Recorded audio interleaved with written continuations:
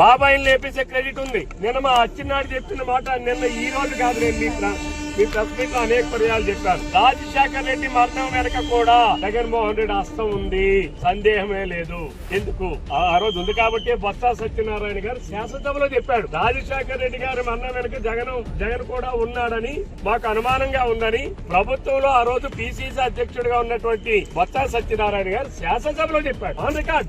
ఆ రోజు జగన్మోహన్ రెడ్డి ఏమన్నాడు, సిబిఐ ఎంక్వైరీ కావాలన్నాడు, కాంగ్రెస్ పార్టీ చేయించిందన్నాడు, ఎలక్షన్ హాస్టల్ పెట్టారు. మరి నేను అడుగుతా ఉన్నా జగన్మోహన్ రెడ్డికి, నువ్వు అధికారంలోకి వచ్చావు, 5 సంవత్సరాలు పరిపాలన చేశావు, నువ్వెందుకు సిబిఐ ఎంక్వైరీ చేయాలి? నీ తండ్రి కోసం ఏదైనా మాట్లాడావా? ఏ రిలయన్స్ ఆస్తుల్లో ఆ రిలయన్స్ వాడితే నువ్వు రాజ్యసభ ఎంపీ పదవి దాని అర్థం వేసి ఇందులో కుట్రలేదు.